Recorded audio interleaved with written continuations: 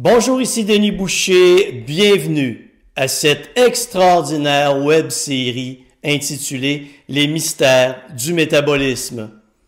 Dans ce premier épisode, je vous parle des deux types de métabolisme. En fait, c'est le même métabolisme, mais dans deux contextes différents. Un est au repos, le métabolisme de base, et l'autre est à l'effort, donc le métabolisme à l'effort. Ce qui est fascinant dans la compréhension du métabolisme, c'est que ça va bien plus loin qu'un simple chiffre. Habituellement, on exprime le métabolisme par un chiffre et on s'imagine que ça s'arrête là, que le métabolisme n'est qu'un chiffre qui exprime le nombre de calories que vous dépensez chaque jour. Exemple, 1600 calories. En fait, ça va bien plus loin.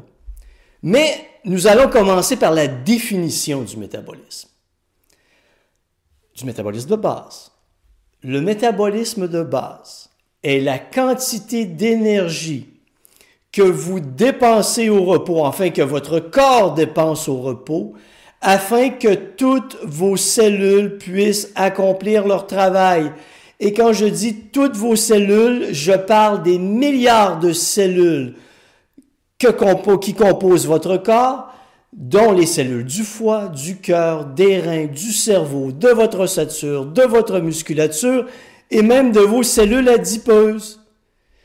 Tout ça pour accomplir leur fonction, afin que vous puissiez vivre et fonctionner, vous avez besoin d'énergie. Et cette énergie, oui, est bien sûr mesurée par un nombre de calories. Cependant, ça va beaucoup plus loin que cette simple idée d'un nombre de calories.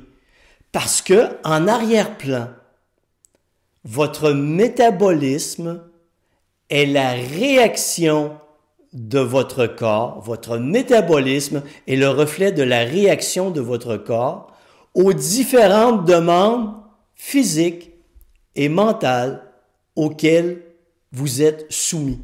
Tout dans votre corps a pour but de favoriser la survie.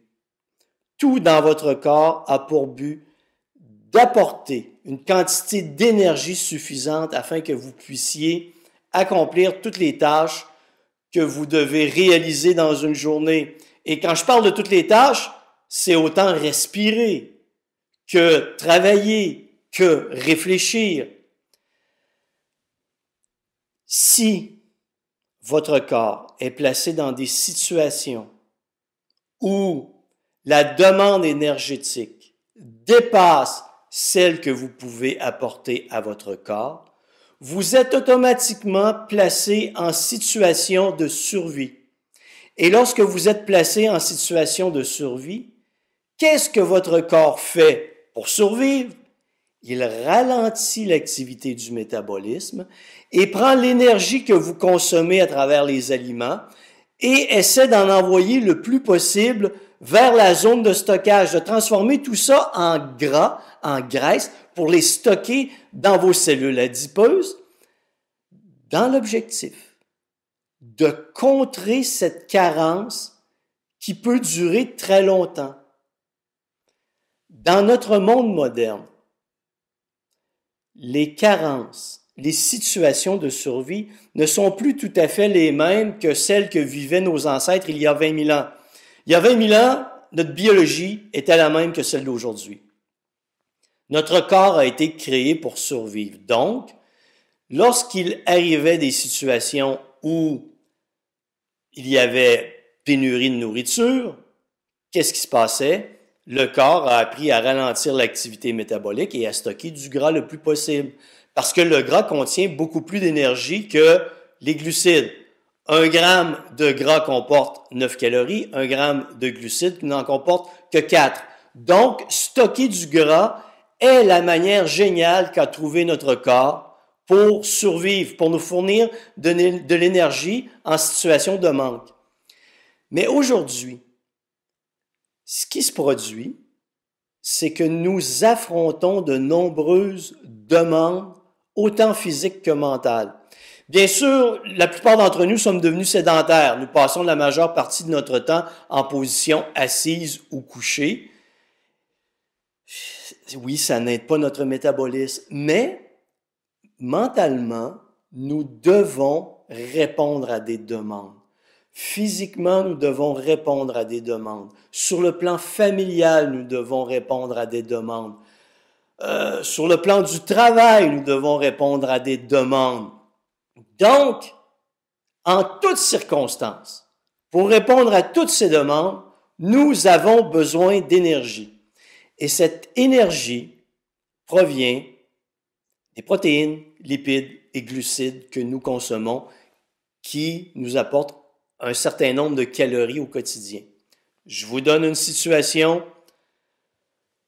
Vous êtes en surcharge de travail. Vous avez décidé de vous remettre à l'entraînement et de perdre un peu de poids. Donc, vous devez répondre à cette surcharge de travail. Vous devez faire de l'exercice. Vous voulez maigrir. Vous réduisez votre apport calorique. Mais l'écart entre la demande et votre apport calorique est si grand que vous placez votre corps maintenant en situation de survie.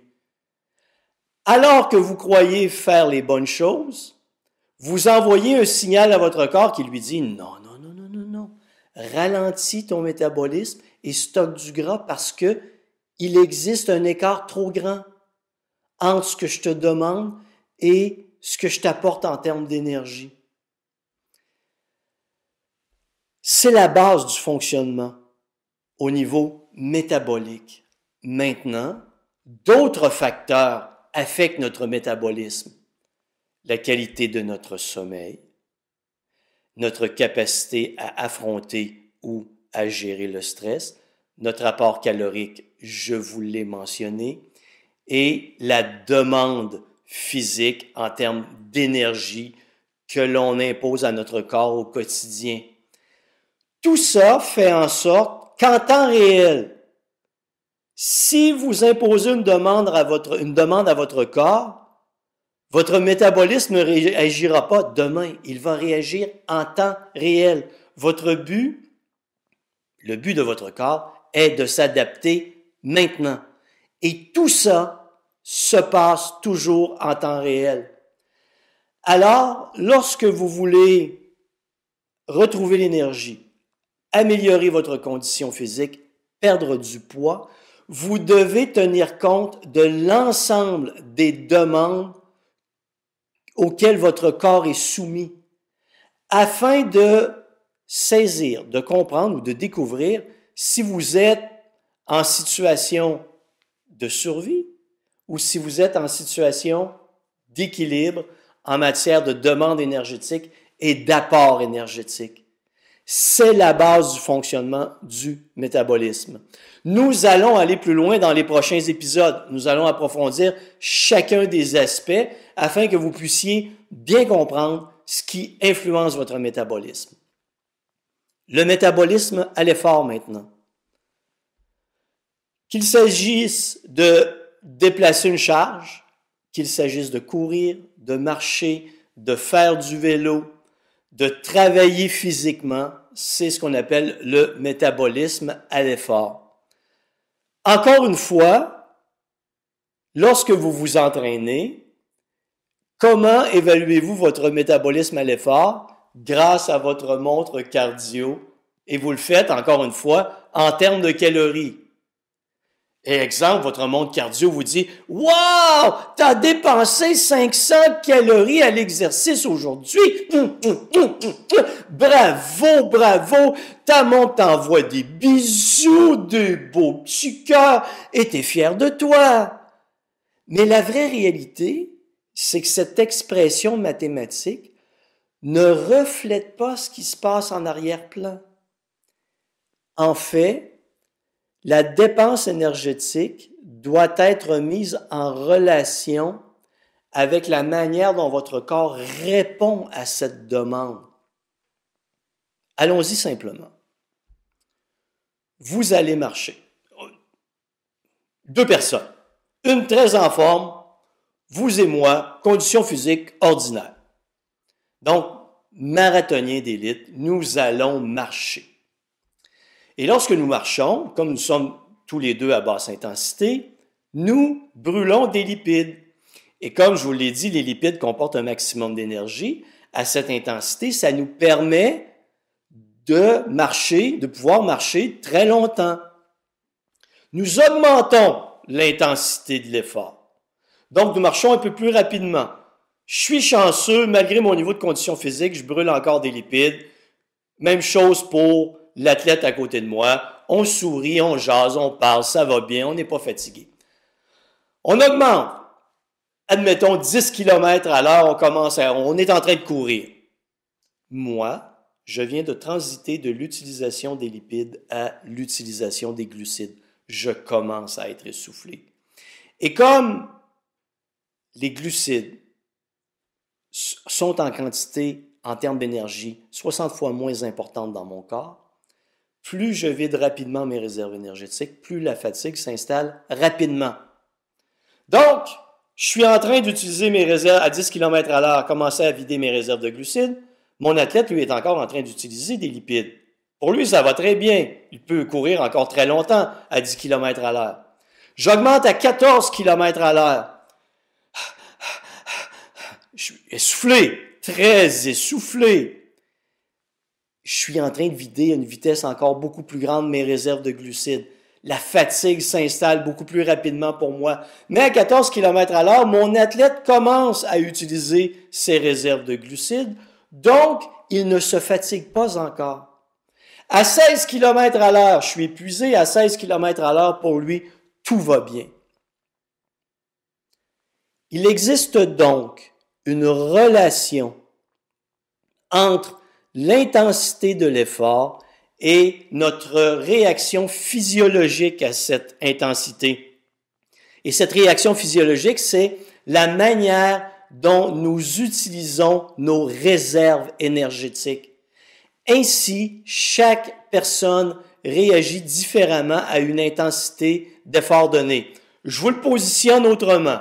Jean-Claude, 98 ans, et Jean-Guy, l'homme le plus fort du monde. Je demande à Jean-Claude, 98 ans, et Jean-Guy, l'homme le plus fort du monde, de soulever une charge de 20 kilos. Est-ce qu'on s'entend que pour Jean-Claude, 98 ans, le 20 kilos,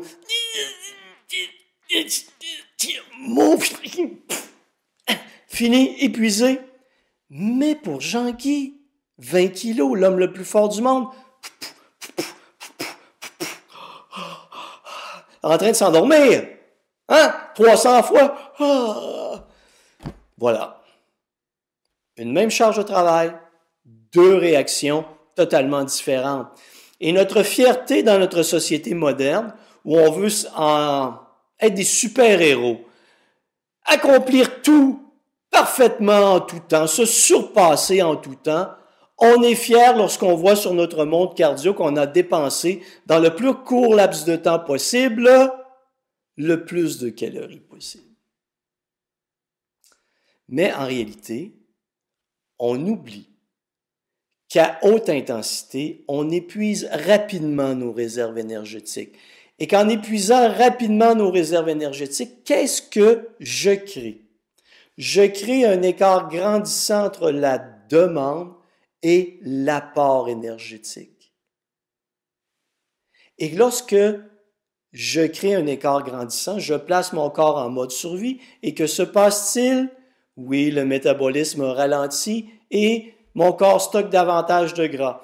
Et vous avez probablement vécu cette expérience fort étrange où vous vous entraînez, vous diminuez votre apport calorique, vous n'arrivez pas à perdre de poids et même, chez certaines personnes, vous engraissez. C'est simple. C'est parce qu'on exprime tout en termes de calories. Mais les calories, ce n'est qu'un calcul. Ça n'exprime pas ce qui se passe en arrière-plan. Et à travers cette émission, c'est ce que je veux que vous arriviez à comprendre, à maîtriser, à saisir ce qui se passe en arrière-plan. à un prochain épisode.